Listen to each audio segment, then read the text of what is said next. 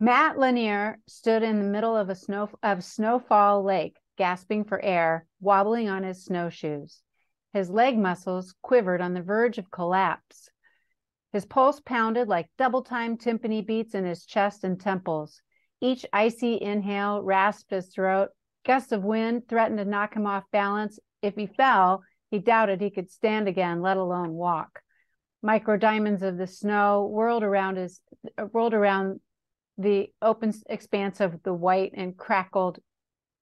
I'm reading that wrong. Micro-diamonds of snow whirled across the open expanse of white and crackled against the hood of his parka. He'd hit a wall many marathon runners experience about 20 miles, except his wall was made of ice. The last few ominous measures of Bach's toccata and fugue echoed in his brain. His choices were unequivocal: keep walking or die. That's the beginning of Chris Norbury's Castle Danger. And wow, what a great thriller. This is Chris. Welcome, Chris, to Blackbird Writers Presents. Thank you very much. Pleasure to be here. Yeah, we're so happy to have you.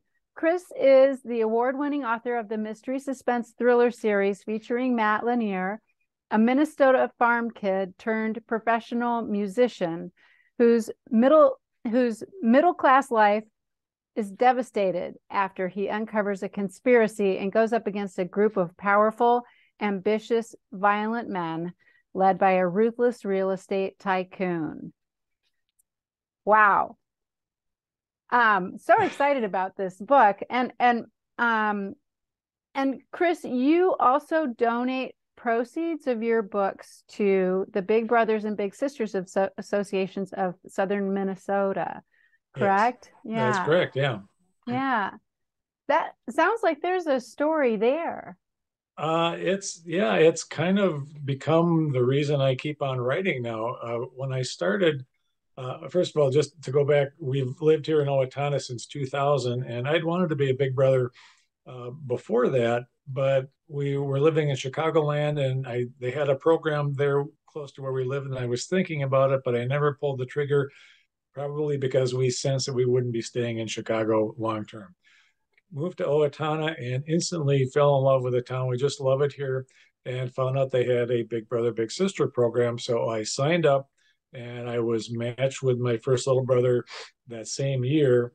And 20 years later, I finally kind of quote unquote retired from it, just because I'm getting a little bit older, and it's hard to be as active with the little kids, especially the 5, 6, 7, 8 year olds who want to run outside and play and things like that. So plus COVID was a real downer and a real stressful situation. And my second little brother was at that 13, 14-year-old age where they're kind of drifting apart. And a lot of times that's when the matches end. Ideally, they go till the kids graduate from high school, but so we kind of saw the writing on the wall, and I said, I'm just kind of done with this. But our program here in town is just fantastic, and I want to support them any way I can. So when I published my first book, which happened to be Castle Danger, I talked to the executive director, and I said, this is kind of a crazy idea, but is there any way we could do some sort of joint marketing where maybe you could give me some bookmarks for free, and I would talk about Big Brothers and Big Sisters anytime I do a live signing or a presentation, or just when I'm chatting with people at events and they ask me about it. So I put up a sign on my table, and they make me really nice bookmarks, and I pass them out. And when I give a talk to a library group, I will do my 2-minute spiel for why mentoring is important, and especially Big Brothers, Big Sisters. And we always need bigs, especially male bigs. So just kind of get the word out about the program, and stick it in their head that this is worthwhile. And now basically I donate $1 per book sale to Big Brothers, Big Sisters. Plus I do a roundup thing. So I'm hoping to just smash my personal 1 year donation record this year. I know I will because I've sold way many more books than I have in the past, but it's getting to be to the point where I almost feel responsible to keep that money coming into Big Brothers Big Sisters. So I got to keep writing, and but it's just good because it's a nice motivation other than just the satisfaction of writing a book and publishing a book. That's really wonderful. I think it's really great to donate or to help out wherever you can. And what that sounds like such a great like fit for you. Yeah, it's been fantastic. And like I said, it's if you get into it long enough, it can be a life-changing experience. It's really you learn so much from the kids over and over. The bigs that I've met say, I learned so much more from my little than I've ever imagined I taught them because you get so much out of the relationship. And it's especially if you get a good match and you just have fun with the kids. It's like you get to be a kid all over again and Yeah. do kid stuff with them. And it's terrific. Yeah, that's wonderful. Well, let's talk a little bit about your Matt Lanier series. Mhm. Um, now, I've only read Castle Danger. I haven't Right, read the first book. right. But Matt's past is clearly haunting him in this Mhm. book, and so I was wondering, what's the story? Can you set up this series for readers? Yeah, when I started to write, Castle Danger is the middle book in the series. I actually wrote the first book in the series first, but it was so bad I stuck it in the drawer for a long time, and then came back to it, rewrote it, painstakingly rewrote it. But my premise when I was brainstorming was, I would start with the what if questions. What if this? What if that? If this happens, then what happens? That sort of thing. And I like the mystery thriller genre. I like conspiracy theory stories, especially. And I was looking, all the experts tell you you need to have a unique main character, somebody who's different from the rest. And I thought, okay, mysteries, I don't want to have a detective. I don't want to have a cop. I don't want to have an FBI agent. How about just a normal guy? Take a normal guy and put him into an unusual circumstance and see what happens. And then I thought, how about a normal guy who happens to be a world-class professional musician? That might be interesting. What could he bring to the table in terms of superpowers or characteristics that help him solve the crime in this case, with the Straight River, which is the first book. So I just got sort of snowballed from there. Then I decided, well, I'm going to set the story in Minnesota. Owatonna is in southern Minnesota. We're farm country, so I use that as a kind of a model for where Matt grew up. And the whole idea is uh, to test his integrity and his loyalty and his perseverance and his dedication and his intelligence to the limit. So in the first book, once he finds out about this conspiracy, the bad guys learn about it. He's the only one who knows it. Nobody else believes him. So they figure if we kill this guy, we just go on our merry way. So they start trying to kill him. And he keeps digging and he keeps digging because he's stubborn and he wants to do the right thing. And he's trying to help his uh, dear old neighbor lady who has been like a mother to him. He's also wondering if his father's death wasn't kind of suspicious.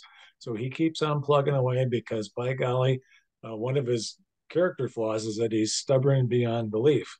The other character flaw, quote unquote, is that he is highly intelligent. And when you're really, really smart and you're always right, you can't admit easily that you're wrong. You can't admit that you need to cut your losses. So he just kind of stuck with us until basically I trashed his life in the first book. So Castle Danger picks up. He's so screwed up and messed up in um, a couple of short months that he just says, I have to get out of here and go as far away from everything as possible. And Yeah. that's how he ends up living in the Boundary Waters canoe area in the dead of winter.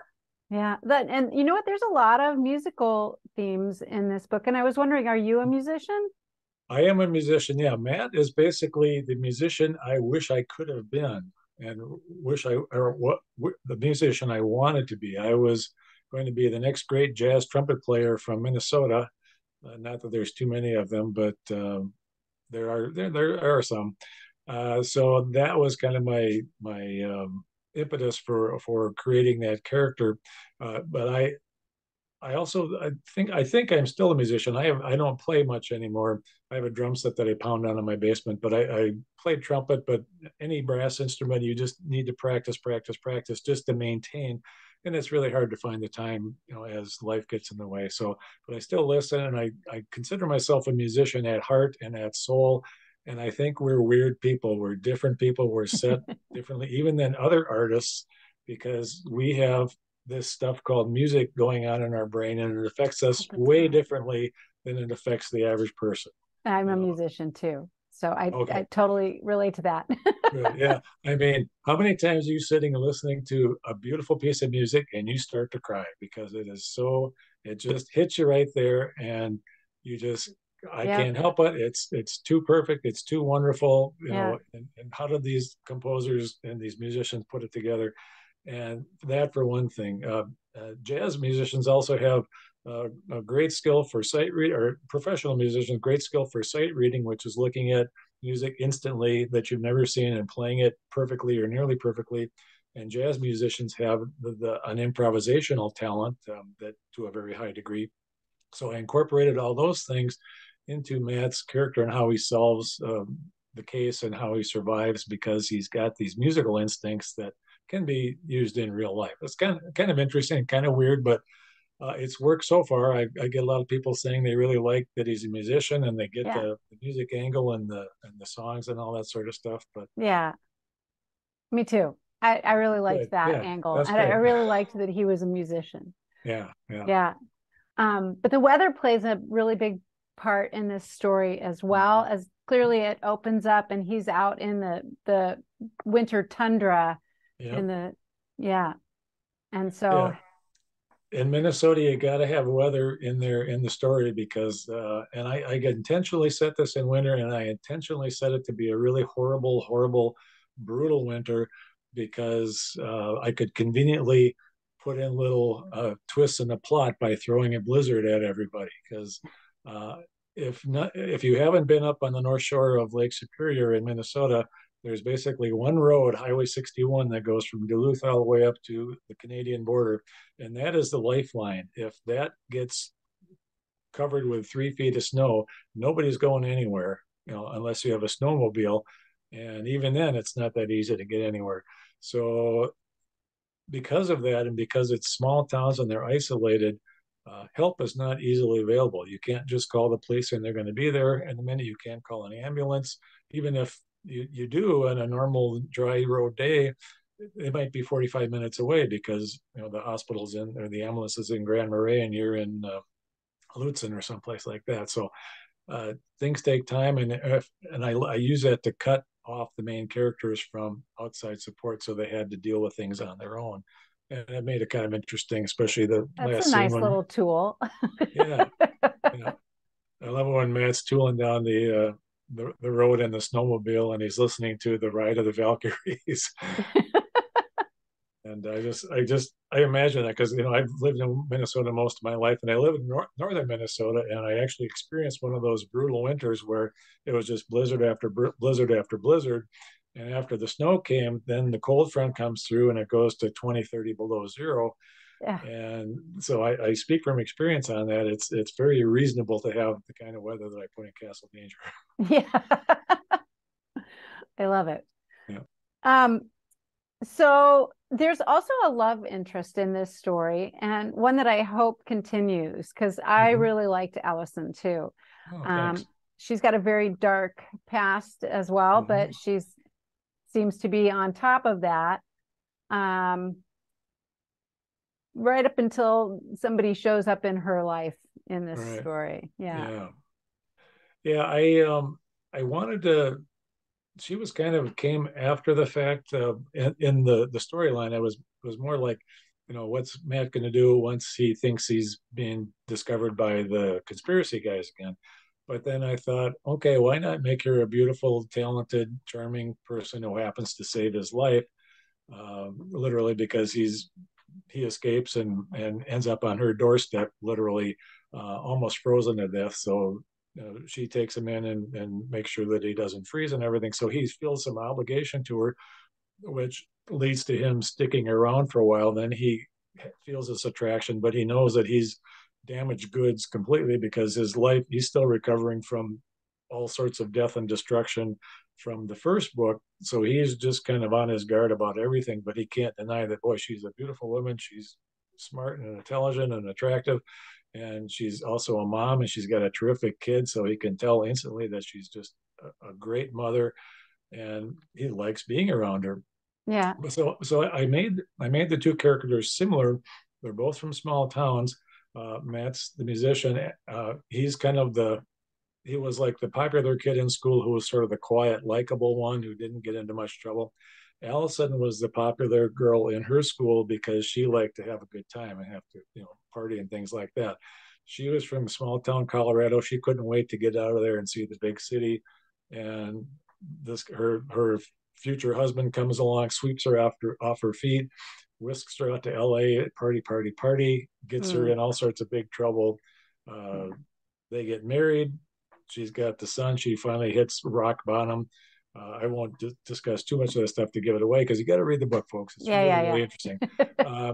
So she runs. So she in essence, it's a fugitive story.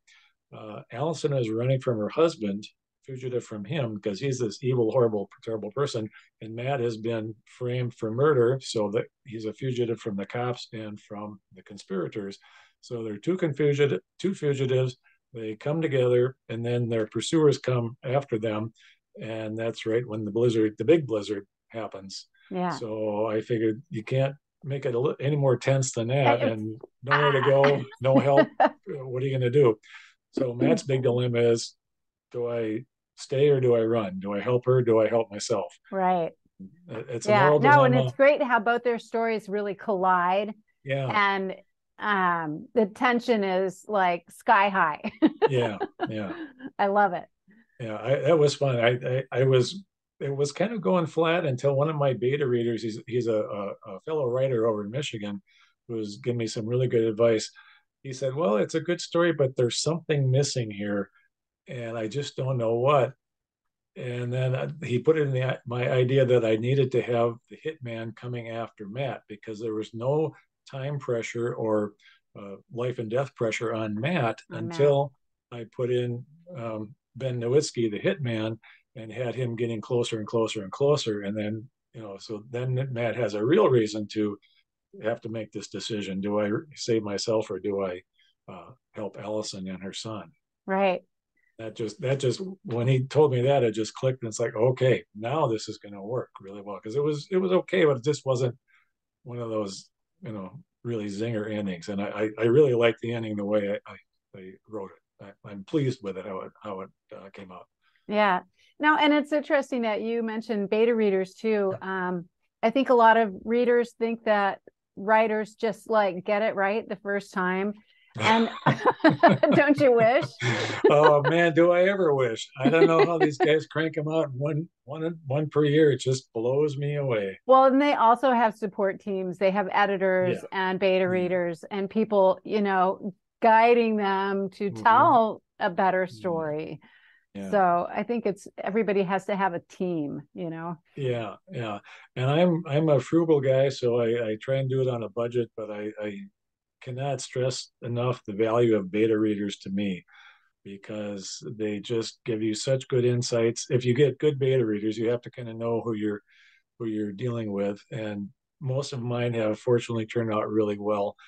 Some have been outstanding, and I wish I could put them on retainer. So it's really helpful because I always try to get about 9 or 10 different readers, uh, and as varied as I can, within who's willing and able to help, just so you get all these different, takes on your story and different versions of what they're imagining in their head. Right. But they really really have helped me and all my books make it so much a better story. That and a good editor is those are the Yeah. two. Good editor probably number one. Beta reader is a pretty close second, just for that typical reader perspective of, hey, did they like the story? Did it work for Right. them or not? If all your beta readers say, well, it's pretty dull, You then got a nobody's going to problem. buy your book. Yeah, if Right. they're all excited about it, then yeah, you might have a winner there. Right. Yeah. How true. And so let's talk a little bit about your publishing journey. In conversations that we had before, you said you did things a little bit backwards. Yeah, never publish or never write a prequel is my number one life lessons for all writers.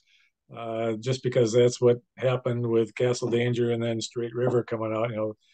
I had to rewrite Straight River so much to make it fit into the story for Castle Danger that it took me 2.5 years to polish up a fully complete manuscript that had been sitting in my desk for the desk drawer for a couple of years.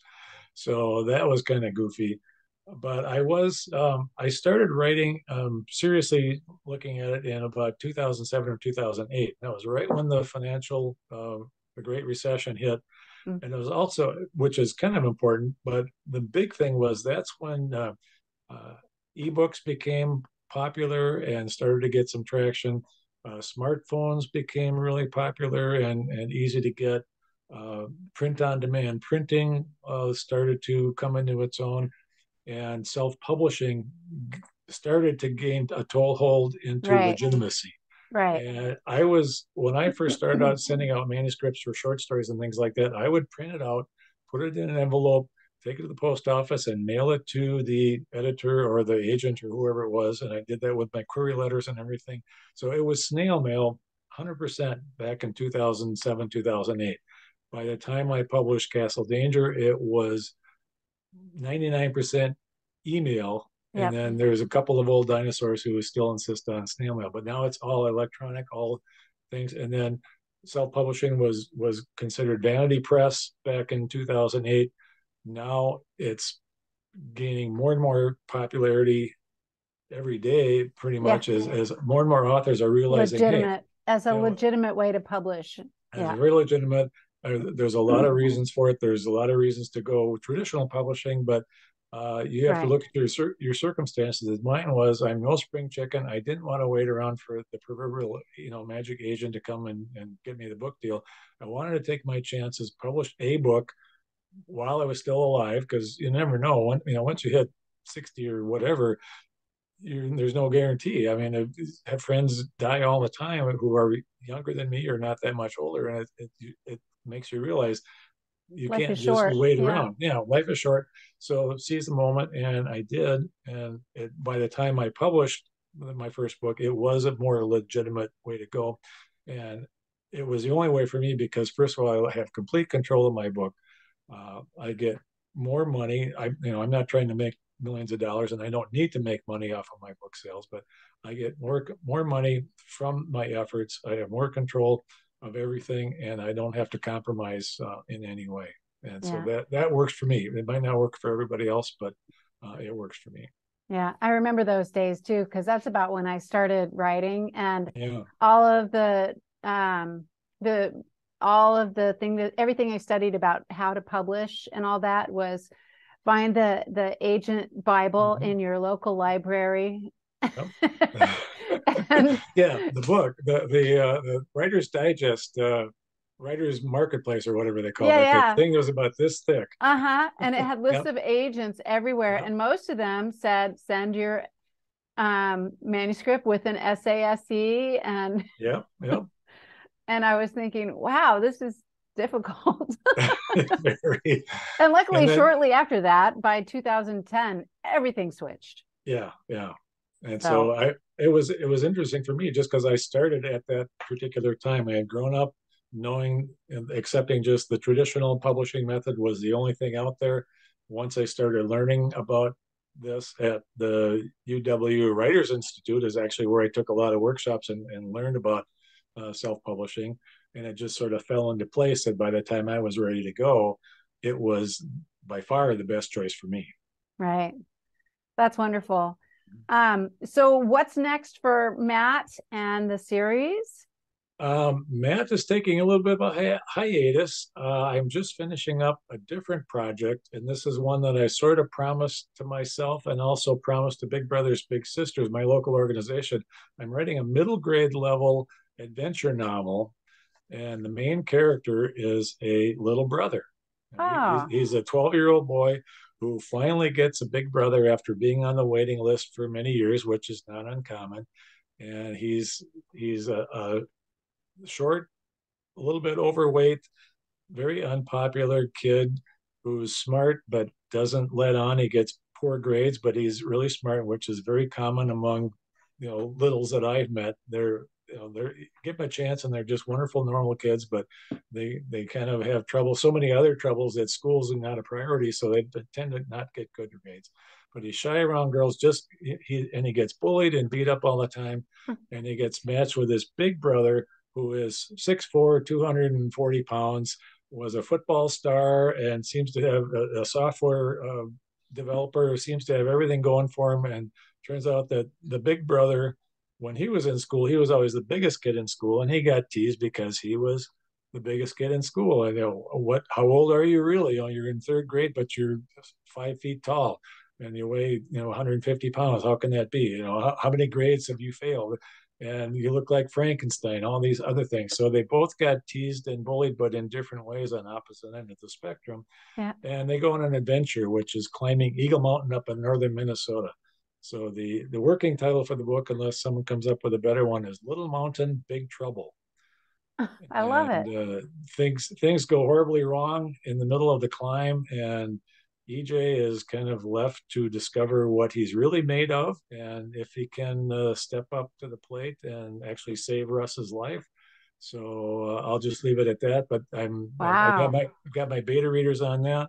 Once that hope to publish that pretty early next year, and then I'll go back to Matt, and I'm working on something that's going to happen up northern Minnesota, probably again with Allison, and maybe a few other characters from a few other books, because a few people are left over who haven't died.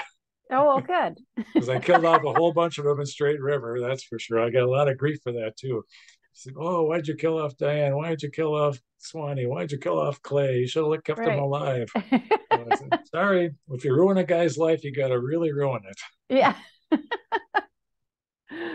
Well, thank you so much for talking with me today, Chris.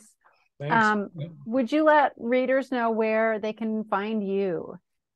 Yeah, the simplest way is just go to my website, chrisnorbury.com, Norbury, and that'll link you to everything else. My books are available online in ebook form and paperbacks, but please use your local bookstore, your local independent bookstore as first try, or come to one of my events if I happen to be around. I've only done couple in Wisconsin, but Minnesota's not that far away from Madison, Nope, guys.